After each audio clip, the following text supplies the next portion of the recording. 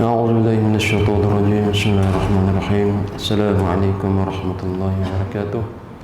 الحمد لله نحمده ونستعينه ونستغفره ونتوب إليه ونعوذ بالله تعالى من شرور أنفسنا ومن سيئات أعمالنا. من يهده الله فلا مضل له ومن يضلل فلن تجد له مرشدا. أشهد أن لا إله إلا الله وحده لا شريك له وأشهد أن محمدا عبده ورسوله. اللهم صل على محمد وعلى آل محمد كما صليت على إبراهيم وعلى آل إبراهيم إنك حميد مجيد. اللهم بارك على محمد وعلى آل محمد كما باركت على إبراهيم وعلى آل إبراهيم إنك حميد مجيد. أمسينا وأمسل من كل الحمد لله لا شريك له لا إله إلا المصير. أمسينا على فطرة الإسلام وكلمة الإخلاص وعلى دين محمد صلى الله عليه وسلم وعلى ملة أبينا إبراهيم حنيفا وما كان مشركا. أما بعد. Alhamdulillah wa syukur lillah wa la hawla wa la quwwata illa billah. Hadirin hadirat muslimin dan muslimat, jamaah salat maghrib isya yang dirahmati Allah Subhanahu wa taala. Pertama-tama sekali kita merafakkan kesyukuran kehadirat Allah Subhanahu wa taala di atas nikmat yang begitu banyak yang Allah berikan kepada kita. Mudah-mudahan kita termasuk dalam golongan orang-orang yang mensyukuri nikmatnya. Allah menyebut dalam ayat wa qalilun min ibadiyas syakur, sedikit dari kalangan hambaku yang bersyukur. Maksudnya dari sekian banyak manusia, sangat sedikit di antara sekian banyak ini yang mensyukuri nikmat Allah SWT. Jadi mudah-mudahan kita termasuk golongan yang sedikit. Golongan yang sedikit maksudnya golongan yang mensyukuri nikmat Allah SWT. Tuan-tuan dan puan yang dirahmati Allah SWT, insya-Allah kita menyambung pembahasan hadis kita pada minggu ini. Minggu yang lepas kita menyentuh tentang satu hadis yang berhubung kait dengan tanggungjawab seorang suami, yaitu nafkah wajib yang mesti untuk diperhatikan oleh setiap seorang suami ataupun setiap suami, agar dia tidak termasuk dalam golongan orang yang disebut dalam hadis tersebut. Saya ulang sikit, Rasulullah menyebutnya kafa bil mar'i ithman ayudayya'a man yaqutuhum atau man yaqut. Dalam hadis yang lain dikatakan kafa bil mar'i ithman ayyahbisa amman yamliku qutahu. Cukuplah seorang itu dianggap berdosa jika dia menyia-nyiakan orang yang wajib ditanggung makannya. Dalam hadis yang satu lagi, cukuplah seorang itu berdosa jika ia menahan, yaitu tidak memberikan makan kepada orang yang ia menjadi tanggungannya. Jadi berat sebenarnya, berat kepada seorang suami, sebab dia mempunyai tanggungjawab yang besar di hadapan Allah SWT. Ada satu penjelasan oleh pengarang buku ini, kafa bil mar'i ithman, maksudnya cukuplah seseorang itu berdosa, yaitu cukuplah seorang itu mendapat dosa kerana mensia-siakan keluarganya, atau kalau ia tidak mendapatkan dosa maka cukup baginya siksa daripada Allah, kerana hal itu dianggap dosa besar oleh Allah. Jadi dosa besar, bukan dosa kecil.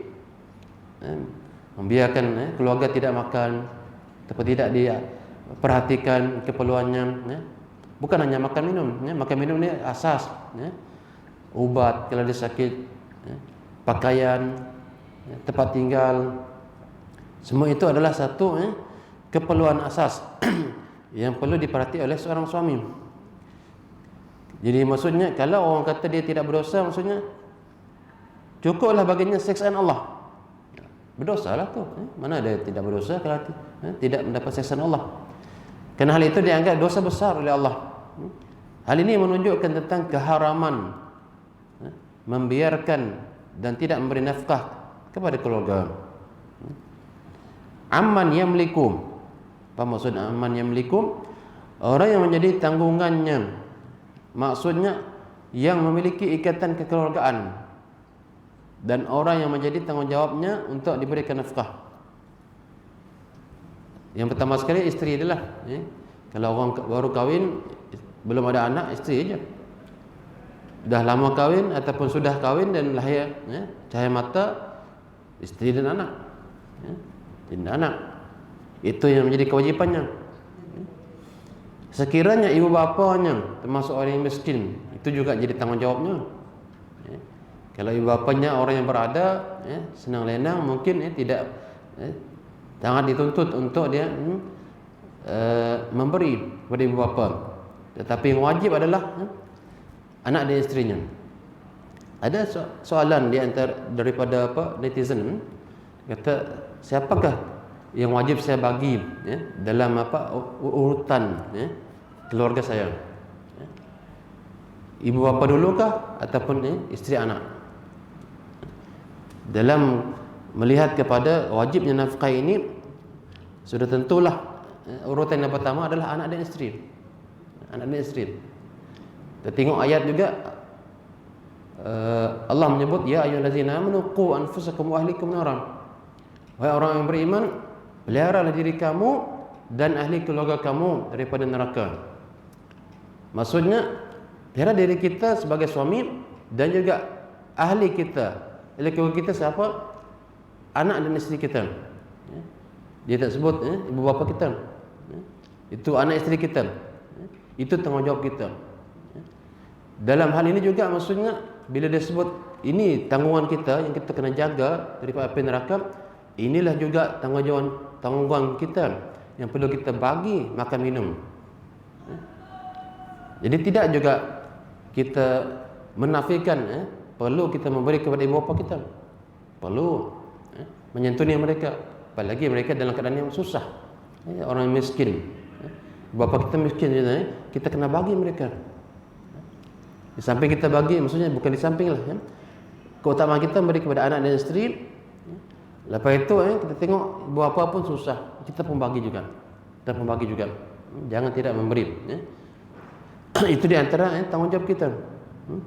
Termasuklah lepas itu makin membesar, maksudnya adik-beradik, abang, kakak kita kalau mereka miskin, itu yang perlu kita santuni juga. Perlu kita bantu orang yang terdekat, akriba ataupun kerabat. Bahasa kita kerabat maksudnya orang yang ada pertalian darah dengan kita. Bahkan disebut bahawa orang yang ahli keluarga kita ini, kalau kita bagi sedekah, kita dah bagi tahu minggu yang lalu lah tentang kelebihan sedekah kepada ahli keluarga ini. Sedekah kepada ahli keluarga ini dia satu kali ganda lebih besar daripada sedekah kita kepada orang miskin, anak yatim, orang-orang susah lah, yang bukan tiada darah dan kita. Dan kita dapat pahala juga. Kita perlu bantu. Tapi bila kita sedekah kepada ahli keluarga kita, kita bagi mereka makan minum, itu gandaannya 2 kali. Maksudnya kalau kita katakan kepada yang miskin di sana kita dapat 700, yang ini 140. Berganda dia. Ini tidak menghalang kita untuk membantu orang miskin yang bukan ahli keluarga kita. Mutiara hadis, ancaman bagi orang yang tidak memberikan nafkah kepada orang yang wajib dinafkahi. Ancaman besar. Jadi sebab itu kita tengok mahkamah syariah, ataupun ketika seorang itu kahwin, maka dia ada macam ta'liq. Sekiranya saya tidak memberi nafkah kepada isteri saya 4 bulan berturut-turut ikut bulan Islam lah, maka habis, maksudnya fasah, tercerai lah. Jadi itu maksudnya talak ta'liq. Talak ta'liq maksudnya talak yang tergantung. Kalau kita buat dia maksudnya melanggar aja kata-kata ini, memang dia jatuh. Tapi kena dilapor dengan mahkamah syariah lah. Dia maklumkan. Siapa yang maklumkan? Bukan suami, sudah tentulah isteri. Isteri kata 4 bulan lebih dah dia tak bagi makan. Dia sama ada dia tak ada di rumah ataupun dia keluar tanpa berita, ataupun dia ada di rumah dia tak bagi makan. ya. Itu sudah boleh dilapor kepada pihak mahkamah syariah, ya, maka dibagi, bayar RM1 dah, ya, fasah. Murah kan? Ya, murah. Bayar mahal, mahal. Ya. Jadi nilai itu nampak murah, tetapi sebenarnya dia satu yang bahaya sebenarnya bagi seorang suami. Bukan hanya dia bayar bayar, tetapi di sisi Allah dia berdosa. Dia berdosa, bukan hanya dosa kecil, dosa besar. Dosa besar sebenarnya. Seseorang harus ataupun mesti bertanggungjawab terhadap keluarganya, saudaranya, dan orang-orang yang menjadi tanggungannya, seperti pembantu dan lain-lain. Pembantu rumah, kalau ada pembantu rumah pun mesti, sebagaimana kita makan, kalau ada orang yang ada pembantu rumah, dia mesti juga diberi makan sebagaimana kita makan. Jangan kita makan sedap, dia makan macam makan untuk kucing ataupun ayam, makan je lah. Yang dah lebihan barulah bagi pada dia. Sedapnya kita makan, sedap juga dia makan. Itu dia kena perhatikan juga pakaian dia, ubat-ubatan dia. Kalau yang tidak Islam mungkin dia kadang-kadang okey, kadang-kadang tidak okey. Kadang-kadang mereka dera, kadang-kadang. Jadi ini satu yang memang Islam sangat memandang berat, sangat memandang berat ni. Okey, kita tengok hadis yang lain ya. Ini tentang apa? Nafkah ataupun sedekah lah, ya. Dia bukan hanya sedekah dalam bentuk yang sunat, kan? Bila kita bagi kepada keluarga ni, dia adalah satu kewajipan.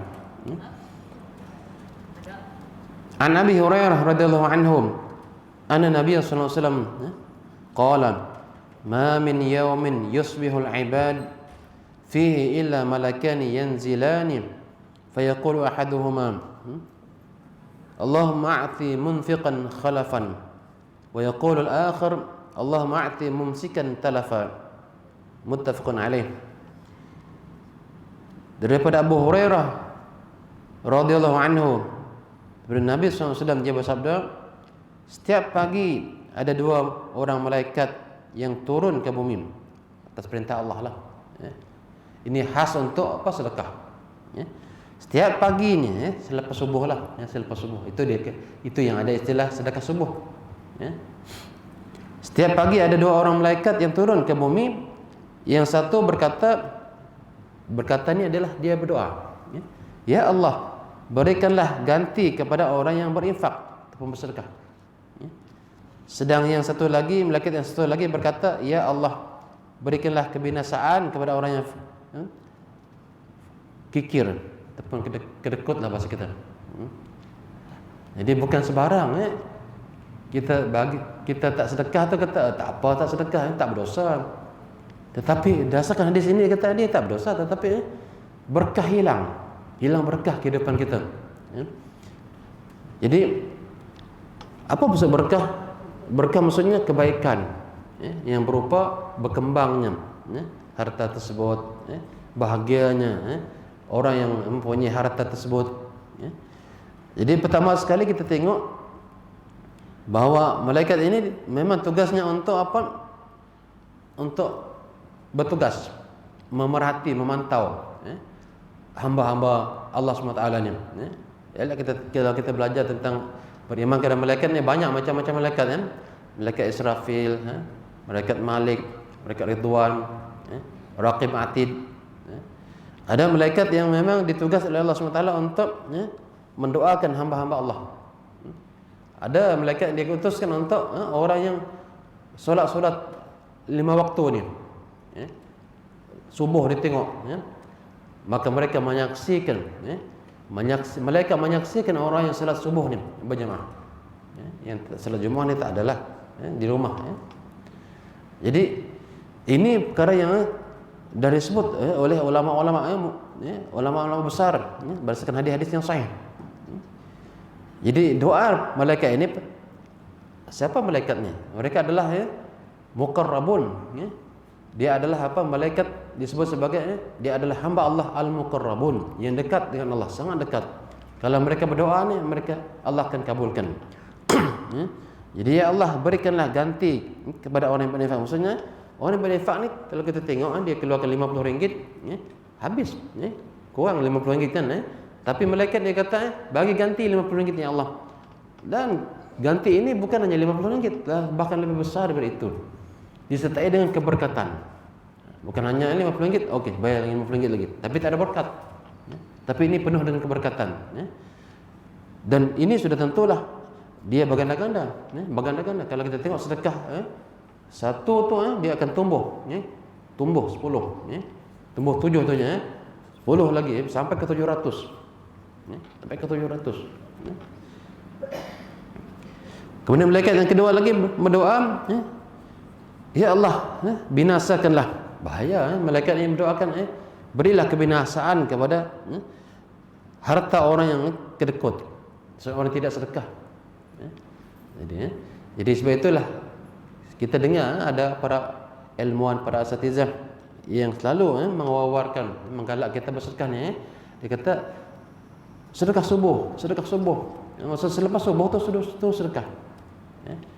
Lepas salat subuh tu sama ada tak dalam tabung, ataupun kalau tak sempat dalam tabung sampai ke rumah kita sediakan tabung khas kuliah subuh ataupun bukan kuliah subuh, tabung ataupun sedekah subuh.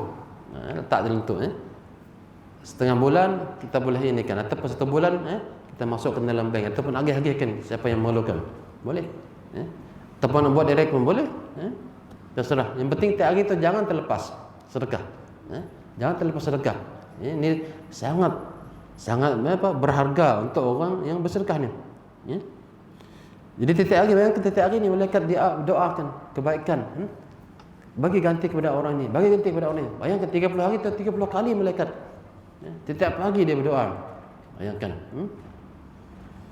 Walaupun secara zahir kita tak nampak, aku belum juga jadi kaya ni, setiap pagi aku sedekah subuh ni, tetapi di sisi Allah tu sudah bertumpuk-tumpuk pahala, menggunung sudah, masya-Allah, masya-Allah. Jadi kalaulah malaikat ni mendoakan kebinasaan ni, sangat berbahaya, sangat berbahaya. Mungkin tidak maksud kita mati ataupun celaka, tapi harta kita jadi susut ataupun sebagainya. Itu yang dapat difahamkan daripada hadis ini. Jadi oleh sebab itu maka biar lazimkan sedekah selepas subuh, bukan sebelum subuh. Tapi kalau bulan Ramadan 10 hari terakhir tu, itu sebelum subuh. Kenapa sebelum subuh? Sebab Lailatul Qadar. Lailatul Qadar itu apa? Bila dia waktu malam masuk waktu maghrib tu sampai sebelum subuh, hatta matla'il fajr. Hatta matla'il fajr, bila dah fajar subuh tu keluar, dia tak ada lagi dah Lailatul Qadar.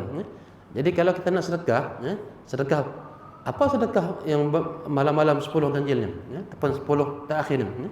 Bila kita sedekah, bayangkan kalau kebetulan malam tu adalah malam Al-Qadar, maka dia berganda pahala kita, seolah 83 tahun kita sedekah. Kalau kita baca Quran mereka itu seolah 83 tahun kita ini. Kalau kita solat macam tu juga. Kalau kita buat apa lagi. Jadi sedekahnya jangan selepas subuh, 10 hari terakhir. Itu Jadi sebelum subuh, pastikan sebelum subuh tu dah sahur, dah terus sedekah. Kalau belum pergi sempat ke masjid pun sedekah di rumah, ada tabung. Sebab itu saya katakan letak tabung di rumah.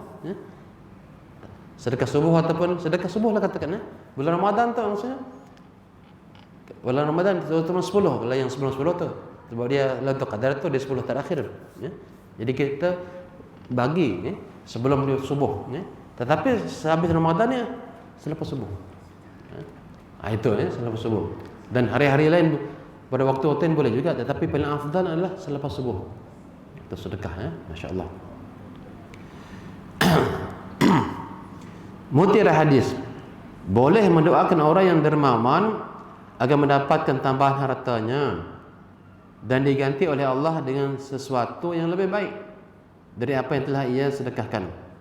Kalau kita tengok orang ni sedekah, kepada diri kita kah, keluarga kita kah, ataupun kepada masjid, surau kah, kita doakan kepada dia, semoga Allah berikan keberkatan kepada rezekimu dan luaskan rezekimu. Doakan. Kalau kita bayar zakat, zakat fitrah atau zakat harta, ataupun zakat pendapatan, ambil itu akan mendoakan. Okey, inilah zakat saya, pada tahun ini, ya. Inilah dekat saya RM7 contohnya tahun ini, ya. Maka Amil mengatakan, ya, saya terima zakat ini bagi pihak majlis Islam Allah Taala, ya. Jadi semoga Allah memberikan keberkatan kepadamu dan hartamu, ya. Dan doa serunya panjang lagi, ya. Itu memang sunnahnya macam tu, ya. Mendoakan orang yang telah bersedekah ataupun memberikan zakat. Zakatnya wajib lah, ya. Kalau sedekah itu sunat, Jadi disunatkan kita mendoakan orang yang telah memberikan sesuatu itu, ya, dengan apa, doa yang, ya, kebaikan kepada orang tersebut itu agar diberikan keberkahan kepada hartanya. Itu, ya. Yang kedua, boleh mendoakan orang yang bakhil agar mendapatkan kebinasaan hartanya. Ini payahnya, kerana ia tidak menunaikan sesuatu yang telah Allah wajib kepadanya. Kalau zakat itu wajib, ya. Kalau sedekah itu walaupun tidak wajib, kita terlepas ataupun kita kena doa malaikat, bahaya, ya. Kata, sedekah wajib tak? Tak wajib, ya. Tapi rugi, ya. Kenapa rugi? Ni malaikat yang berdoa tiap hari tengok tak sedekah dia, ya. Sampai 3 hari tak sedekah. Tengok, ya. Malaikat berdoa, bahaya. Tapi kalau kita lupa, itu lain. Kita lupa lain, ya. Ya Allah, maghrib baru ingat, astagfirullahalazim, belum sedekah hari itu, ya. Sedekah subuh saya ada. Sedekah tak apa, ya. Itu sebagai denda, sedekah. Jangan tunggu esok, sedekah. Kalau boleh gandakan itu, ataupun terlepas hari kita bergandanya, ya. Jadi itu, di antara, tapi ialah boleh, maksudnya harus kita mendoakan. Tapi kalau boleh doakan, ya Allah, mudahan dia jadi pemurah, bagi hidayah kepada dia, ya Allah, ya. Kalau saya terasa tak sampai hati lah doa kita, ya Allah hancurkan dia, ya. Kita pun rasa tak nyaman juga, mudahan dia bagi Allah hidayah dan dia jadi pemurah. Lepas itu, itu kalau kita mendoakan, hancurkanlah dia, ya Allah, hancurkanlah dia, ya Allah, ya. Jadi macam tak elok juga, ya. Okey, kita tengok hadis yang seterusnya. An Abi Hurairah radhiyallahu anhu anna Nabi sallallahu alaihi wasallam qala al-yadul 'ulya khairun min yadil sufla wabda biman ya'ul wa khairus sadaqati ma kana 'an zahri ghina wa man yasta'fif yu'iffahu Allah wa man yasta'ghni yughnihi Allah. Rawahul Bukhari. Daripada Abu Hurairah radhiyallahu anhu bahwasanya Nabi SAW bersabda, tangan yang di atas itu lebih baik dari tangan yang di bawah. Tangan di atas itu orang yang sedekah lah, ya. Biasanya yang meminta yang dapat sedekah itu di bawah, ya. Biasanya bukan atas macam tu, ya. Sedekah ke bawah. Itu yang dikata, tangan di atas itu lebih baik daripada tangan yang di bawah, ya. Dan mulakanlah berinfak atau bersedekah dari orang yang menjadi tanggunganmu. Sebaik-baik sedekah adalah yang diberikan oleh orang yang memiliki kelebihan. Barang siapa yang menahan diri dari meminta-minta, maka Allah akan mencukupkan keperluannya. Dan barang siapa yang merasa kaya, maka Allah akan membuatnya kaya. Hadis ini memberikan gambaran yang jelas kepada kita tentang fadilat ataupun keutamaan orang yang bersedekah dibanding orang yang mendapat sedekah, apalagi yang minta-minta, Jadi yang pertama sekali kita tengok, bahawa orang yang bersedekah ini mendapat perhatian daripada Allah SWT. Maksudnya orang sedekah ni memang mendapat kemuliaan, mulia dia, Dan Rasulullah menyebut, mulakanlah berinfak dari orang yang menjadi tanggunganmu. Tanggungan kita tu anak isteri kita, adik-beradik kita, ayah, ibu kita. Itu tanggungan kita tu, tanggungan asas kita anak isteri lah. Itu, jangan maksud anak isteri ni buat tak kisah aja, yang sana seberang sana tengok nampak semua, yang depan mata tak nampak. Itu bahaya tu. Aku nak sedekah ni, kita orang tu jangan susah. Memang saya ada di sini, saya ada di sini, tak apa. Yang kita nak bantu ni orang yang jauh-jauh ni. Yang depan mata kita ni susah. Memang dia tak kerja pun. Itu yang perlu kita bantu. Kita bukan boleh bantu lagi, perlu kita jaga dia punya ini, nafkah dia, keperluan dia. Kemudian Rasulullah menyebut lagi, sebaik-baik sedekah adalah yang diberikan oleh orang yang memiliki kelebihan. Orang yang ada kelebihan, maksudnya harta ni, maksudnya dia ada duit. Yang tak ada duit macam mana? Tapi itu pun digalak juga bersedekah. Digalak juga orang bersedekah. Sebab sedekah ni bukan nak tunggu kaya, tunggu banyak duit. Dia tengok para sahabat Nabi SAW, mereka ni tengok orang-orang yang apa? Orang-orang yang kaya ni, mereka ni dia kata dalam satu hadis, dia kata apa? Orang-orang kaya, zahaba ahli dusur bil ujur. Kama qala. Orang-orang kaya telah datang dengan pahala yang banyak. Siapa mereka? Itu orang kaya di zaman sahabat, zaman Nabi SAW. Mereka ni maksudnya orang yang ada duit, mereka bersedekah. Seperti Utsman bin Affan, Abdurrahman bin Auf, Abu Bakar, lagi yang lain-lain. Jadi orang-orang miskin yang mereka tengok ni macam mereka ni sedih mereka. Mereka tak boleh buat serta mereka ni. Akhirnya mereka berjumpa Nabi SAW. Ya Rasulullah, bagaimana kami nak sedekah? Kami tak ada duit. Okey, kata Rasulullah, Rasulullah ajar apa? Mau tak aku ajarkan kamu ni kalimah untuk kamu, maksud itu sebagai sedekah juga. Maka Rasulullah pun ajar Subhanallah walhamdulillah wala ilaha illallah Allahu akbar. Subhanallah walhamdulillah wala ilaha illallah akbar. Itu pahala tu maksudnya, sedekah tu maksud kita sedekah dapat pahala. Ucapan itu pun juga dapat pahala. Maka sahabat-sahabat yang miskin ini mereka pun amalkan. Mereka pun amalkan ini, amalkan. Sehingga satu ketika ni macam mana orang-orang kaya pun tahu bahawa sahabat-sahabat yang miskin ini mengamalkan zikir-zikir ini yang diajar Rasulullah SAW. Dan mereka tanya, dan yalah mereka tak dapat nak menyembunyikan, akhirnya mereka bagi tahulah. Dan sahabat-sahabat yang kaya ini pun mengamalkan benda yang sama. Dan mereka dapat sedekah dengan harta mereka, dapat pula mengamalkan zikir-zikir ni, pahala pun makin bertambah.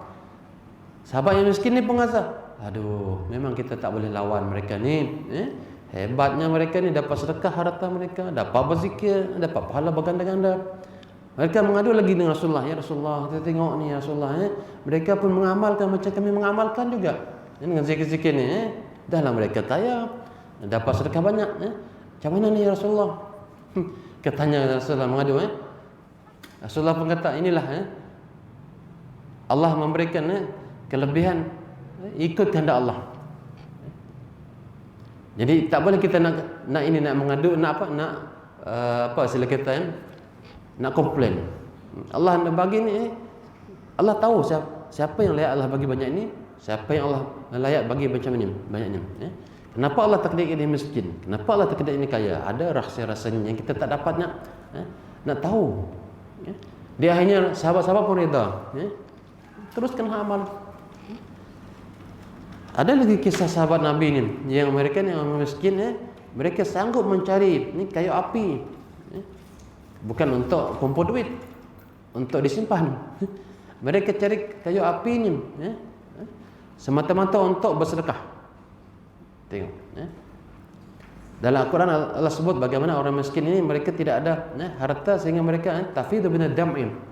Maksudnya mereka menangis. Dari ayat Quran cerita tentang sedekah, tentang kelebihan sedekah ni mereka menangis. Sedih mereka, tak ada duit nak sedekah. Sedih, menangis. Itu kita pada hari inilah yang kita ada duit ni, walaupun kita bukanlah kaya, maksudnya apalagi yang kaya.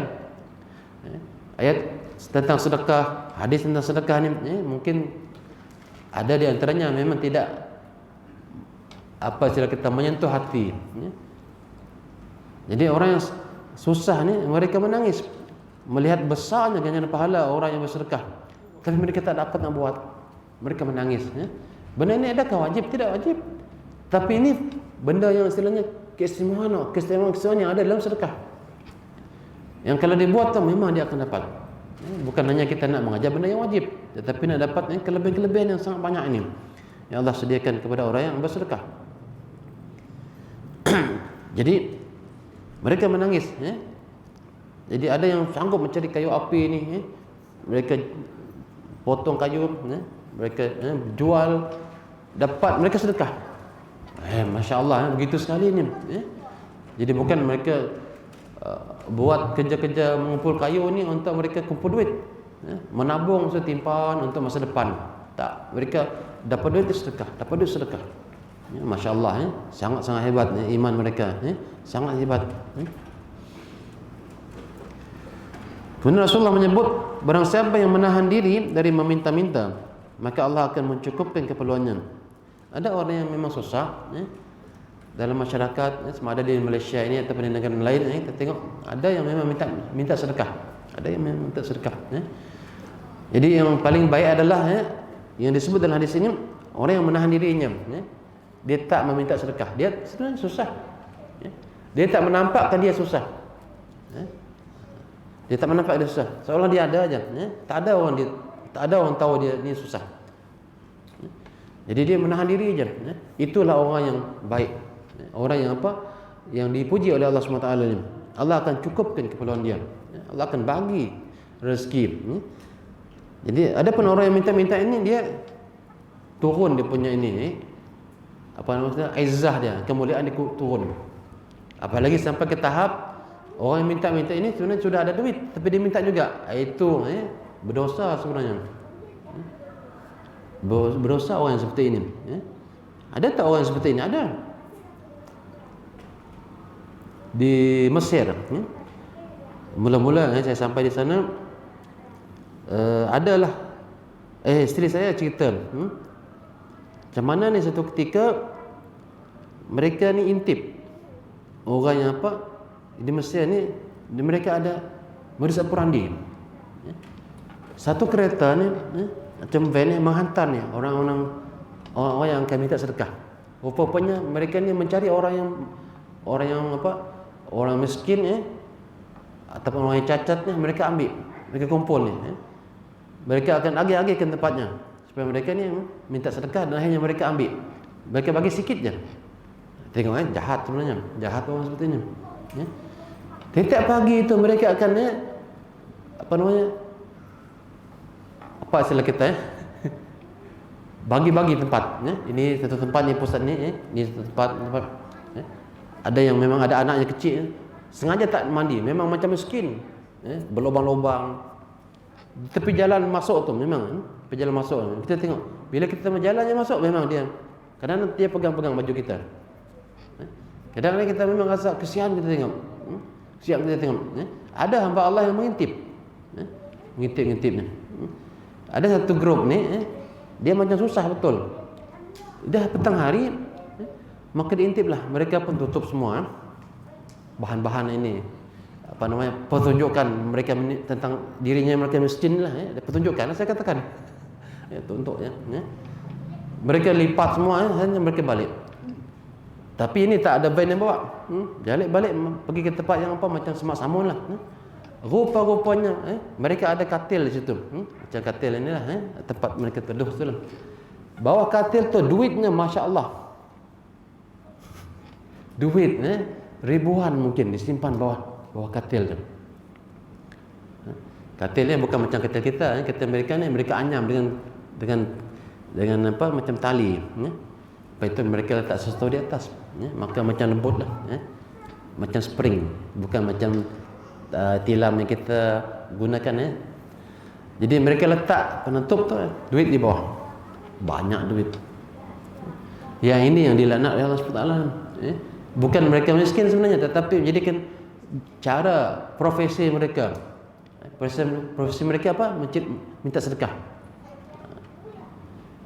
Di KL pernah beberapa channel TV yang buat kerja ni, mereka sengaja menyamal seperti orang miskin ya.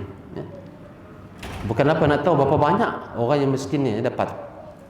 Duduk mereka, tutup inilah macam menyamal lah. Memang orang Malaysia ni kita sangat pemurah, sangat pemurah. Mereka tengok tu dalam sehari tu, Masya Allah, ratusan mereka dapat, mengalahkan gaji orang yang duduk dalam aircon. Tengok banyak. Yang kita tiap hari duduk macam tu, sepatutnya kalau ikutnya sudah banyak duitnya, berdikarilah, jangan lagi minta sedekah. Carilah kerja-kerja lain ataupun ini boleh dikembangkan, buat apa lagi. Dia terus kerjanya memang minta sedekah. Jadi ini sudah jadi laknat Allah tu, dilaknat oleh Allah orang yang sudah ada duit tetapi minta lagi. Ini yang dilaknat oleh Allah SWT. Na'udzubillah min zalik. Bahaya, sangat bahaya. Cuma kita tidak dapat nak kata apalah. Kalau kita nak sedekah, sedekah saja. Jangan kita kadang-kadang kita rasa ini modus operandi ni, nak sedekah ke apa? Kalau tak nak sedekah jangan. Kalau nak sedekah, sedekah. Kalau kita sedekah membebel tu memang rugilah kita. Dah sedekah. Jangan-jangan ni penipu. Kita sedekah tapi kita mengutuk. Jangan, elok jangan sedekah. Cari orang-orang yang kita benar yakin ini memang susah. Memang susah. Itu Jadi ini kadang satu fenomena dahsyat. Kan kita tengok banyak kan cara-cara orang minta sedekah ni, ada yang kakinya buntung, padahal tak buntung pun. Bila pihak penguasa paksa dia, buka. Rupa-rupanya ada kaki, boleh lari lagi lepas tu. Boleh kita tengok dia mengheret-heret badan dia. Ini kena laknat ni. Oi, kita tengok macam-macam kodong lah macam tu lah. Bila kena apa? Dilempar cicak tu memang dia kelang kabut, jadi akhirnya nampak semua keaslian dia. Rupanya bukan cacat. Ini kena laknat Allah. Minta sedekah macam ni. Jadi orang-orang yang menjaga dirinya daripada minta-minta ni, Allah akan berikan kecukupan. Allah berkati dia. Dan barang siapa yang merasa kaya, maksudnya dia ada duit dan dia tak minta lah, maka Allah akan membuatnya lebih kaya dengan dia bersyukur kepada Allah SWT. Dan dia bersyukur kepada Allah SWT.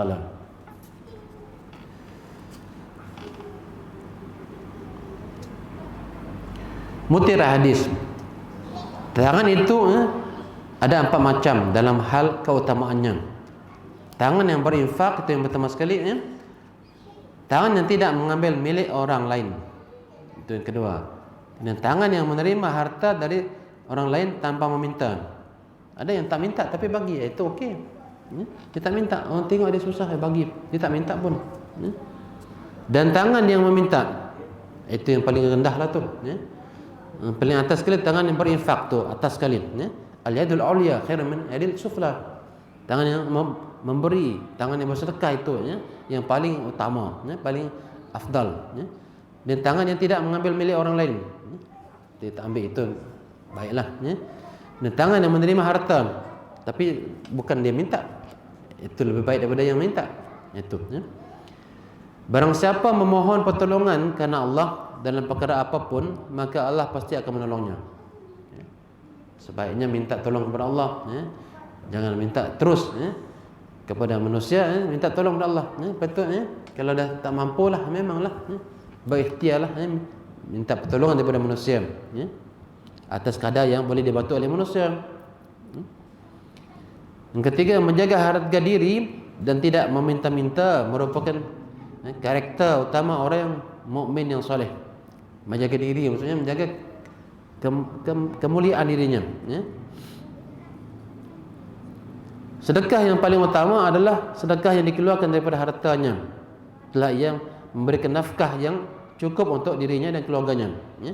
Setelah diri kita dapat dan keluarga kita dapat, maka sedekah lagi kepada yang di luar daripada zon keluarga kita. Yang kelima, nafkah yang paling utama adalah yang kepada keluarga.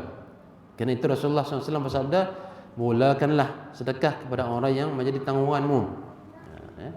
Jadi bukan yang jauh-jauh dulu, yang tanggungan kita dulu, barulah kepada yang di luar-luar sana. Okey, kita masuk dalam tajuk yang lain, menginfakkan sesuatu yang disenangi dan yang baik.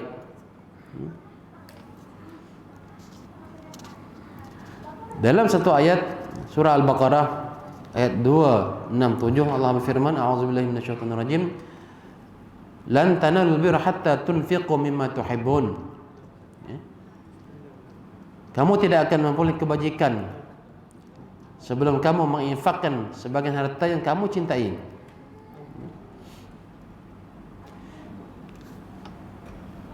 Jadi ayat ini cerita tentang hakikat sebenar daripada apa?